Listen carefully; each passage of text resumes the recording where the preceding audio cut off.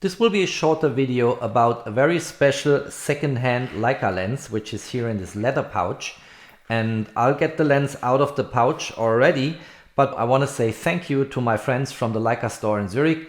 So many thanks, Carlos, Ivo, Andrea, and Stefan, for leaving this lens with me over the weekend for a test shooting. The lens just came back from service and was now ready to be shot again.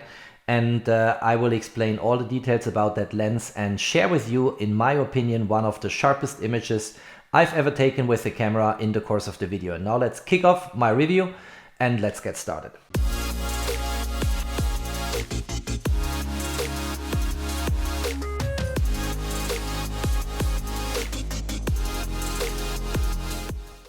So let's get the pouch aside, and the lens I'm talking about here, which just came back from service, is the Apo-Macro-Elmarit-R lens, widest open f2.8, 100mm focal length. And this is a lens which was produced between 1987 and 2009, so has been discontinued for a long time. That's why you can only get it second-hand in the market.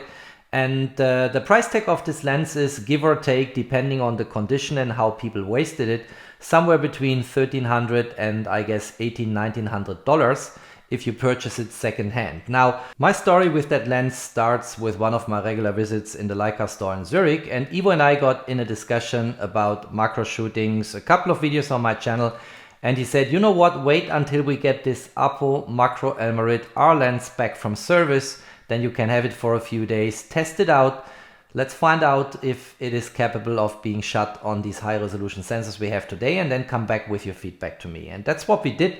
I got this lens just over the last weekend, and in order to take it to the extreme, I will not shoot it on the Leica SL2 or the Leica M10R. I will shoot it on the Fuji GFX 100S, and for this I will use an adapter which is here from Photodiox. It's, by the way, not the first time I'm shooting a Leica R lens on a Fuji GFX camera. People following me on my channel, they know that I also did shoot this perspective correction super angulon R lens, widest open f2.8, 28mm. And these Leica R lenses, they perform in fantastic ways on these 100 megapixel sensors.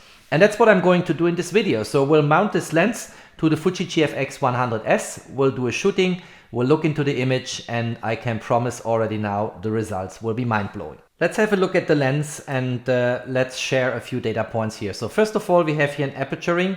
That aperture ring has a bit more resistance than aperture rings I'm used to, but it works just fine. It also clicks in the usual way, just listen here. Quite nice. Then we have a very wide, actually, focus ring, and that focus ring is special. So I'm starting here at infinity, and then I start to rotate, and what you see here, it's rotating by basically 360 degrees, and then you can further rotate, and you see here the lens further coming out of the tube, and you can basically rotate this lens forever until you stop here.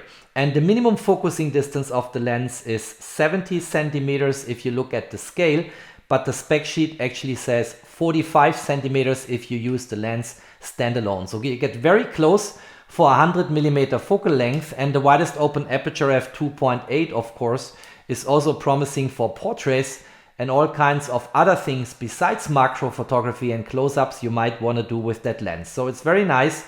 It's solidly built, it looks really good, and I think the service also did a good job. This lens is now clean, and in the images you will see there is no dust and no artifacts you don't want to have there. Here's the little booklet which comes with the lens, and let's spend a moment more on that massive focus ring with almost 2 times 360 degrees rotation travel way. So we start here at infinity. You see I can no longer rotate this counterclockwise, and the only rotation direction I have now is clockwise. And I can rotate now here from infinity and can go to a near distance of 0.7, which brings me as close as it gets under the normal scale. And then you see here the magnification of 1 to 5, so 20% kicking in. Now let's travel for another 360 degrees, so very fine adjustments of the focus ring.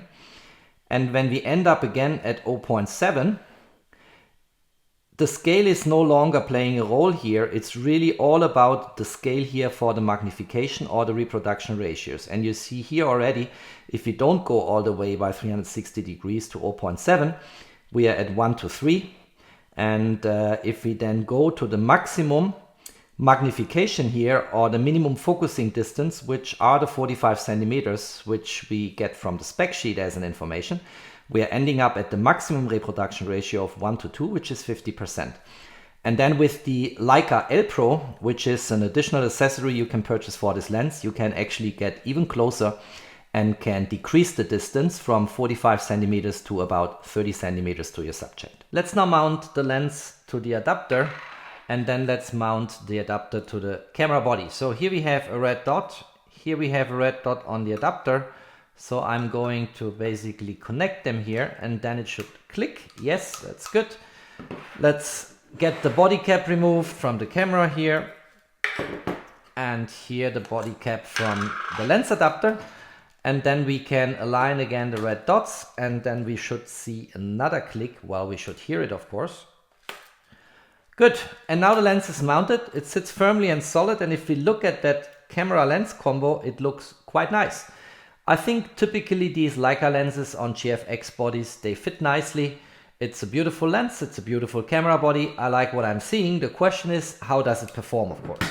Now let's remove the lens cap here, and let's switch the camera on, and let's see what we get.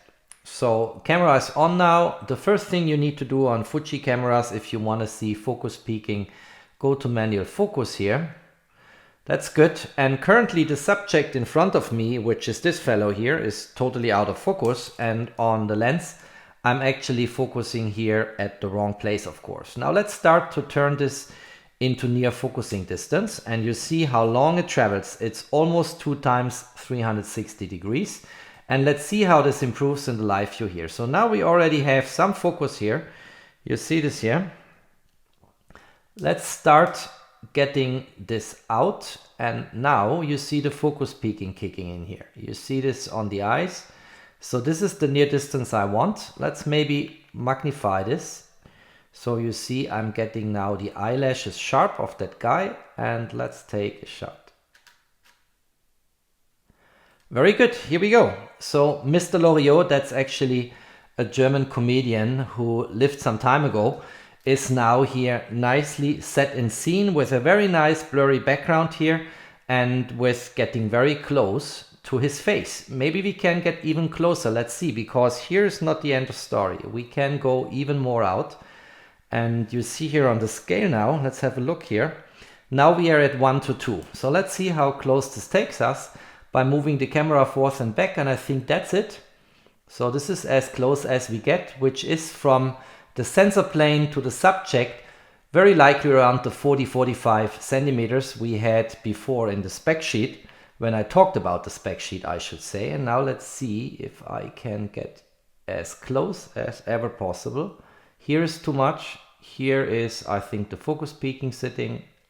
Take a shot. Very nice. Here we go. So quite nice. You see how close I can get. And clearly what I want to test now is, you see here we have a very shallow depth of field. And what I will do now is I will look for a more suitable subject with more structure than Mr. Loriot here sitting on his chair, and will do a focus stacking.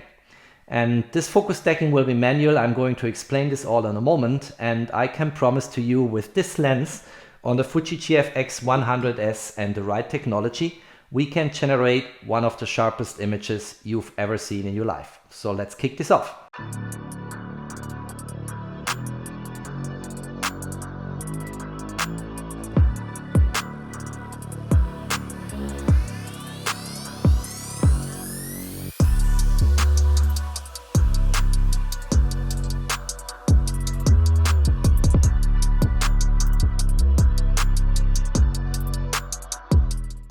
In order to get much more structure for testing the sharpness of this 30-year-old Leica macro lens, I decided for a bouquet of dried flowers. And you see here my Fuji GFX with that Leica macro lens mounted, and I also did a manual focus stacking. Means that I manually determined the focus range front to back so that all flowers in the scene became sharp, hereby overcoming the very shallow depth of field. And I also stopped down the lens to a closed aperture of f16, because on these lenses where you can actually close down as far as f22, I think I can risk a little bit of diffraction, and as you will see in the final image, it also didn't cause any problems here. Manual focus stacking in this case means that within that focus range I manually determined before, I did tiny little adjustments to the focus ring front to back to actually shift the focus in consecutive ways throughout that focus range I wanted to cover,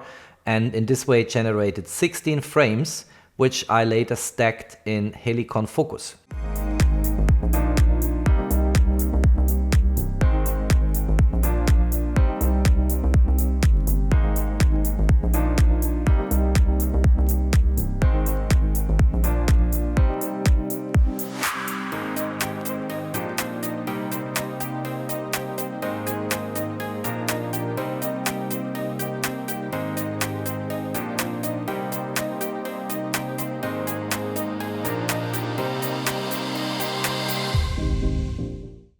So here's the final image, and Helicon Focus can export raw images, so that's a digital negative .dng, and it's 16 frames with varying focus stacked together into one super sharp frame.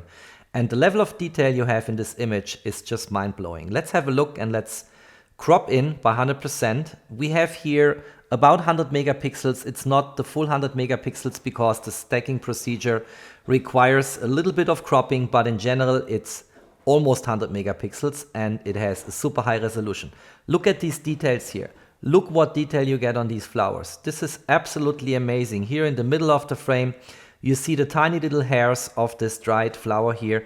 Absolutely fascinating. This is very likely one of the sharpest images I've ever generated and I've ever seen. And looking at that green leaf here, look how much structure and detail you get here. And it looks very, very natural. It's almost a microscopic structure you can generate with that 30-year-old Leica lens mounted on the Fuji GFX 100S.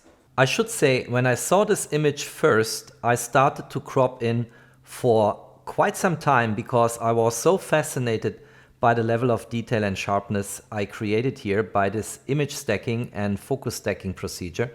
And this is absolutely fascinating what we get here. So a 30-year-old Leica lens, still good enough to be shot on the Fuji GFX 100S. And let's look into another example, but that's clearly the highlight of this video here because that's something I've not seen before. If you look at these details here, it almost looks like you would be in some kind of forest here by the level of information which is captured in this stacked image by that lens on the Fuji GFX 100S.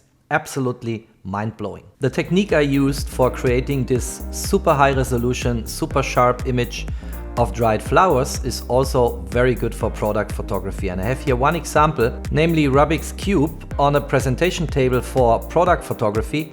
And I will shoot this with the same technology as what I used for the dried flowers. And then later in post, I will also remove the background and create a high resolution, super sharp PNG file which presents the product, in this case Rubik's Cube, in the way I want to present it. Here's the final image, again close to 100 megapixels, super high resolution and sharp corner to corner. It took me about 10 frames to get this right, and stacking again was done in Helicon Focus.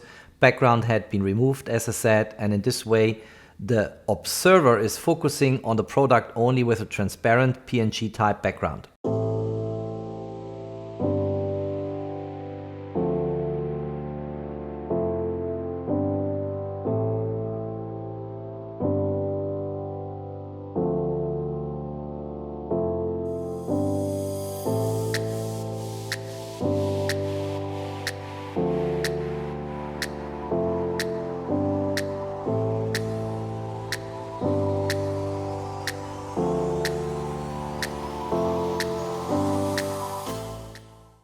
If you liked that video, don't forget to drop me a thumbs up as a sign of appreciation for my work. Stay tuned on my channel, there is always more to come. Thanks for watching, stay safe and healthy, and of course, peace out.